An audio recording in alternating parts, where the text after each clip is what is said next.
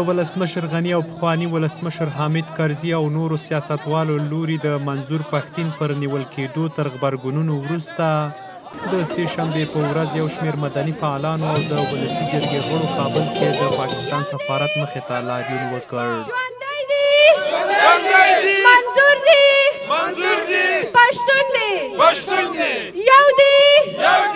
لاریون کوونکي وایي چې منظور پښتين د پاکستان پوځ له لوري له کوم دلیل پرته نیول شوی او باید ژر تر ژره خوشي شي. دوی وایي چې لاریون به یې دوام ولري او د سفارت مخې ته به تر هغه پورې د دوی خیمې درېدلې وي چې پښتين د پاکستان پوځ له لوري خوشي شوی نه وي.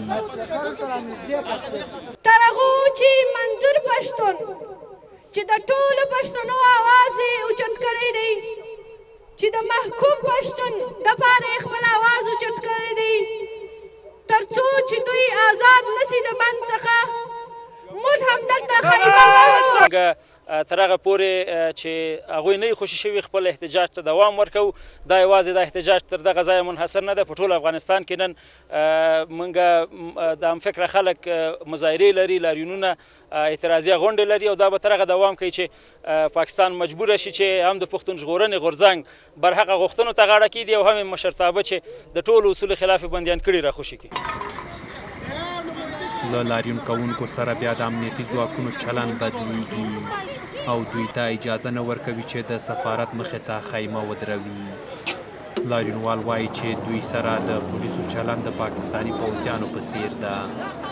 دلته بیا امنیتي ځواکونه د لاریون کوونکو پر وهلو او ډبولو پیل کوي او لاریون په خشونت اوړي.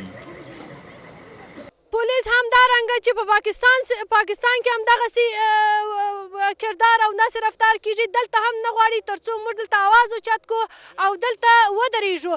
دوی پولیس هم همدغه هدف دی تر څو زموږ آواز خاموش کړي او پرې نه دلته موږ خیمه ووهو. موږ خپل مبارزې ته دوام ورکوو او خپل آواز اوچتوو.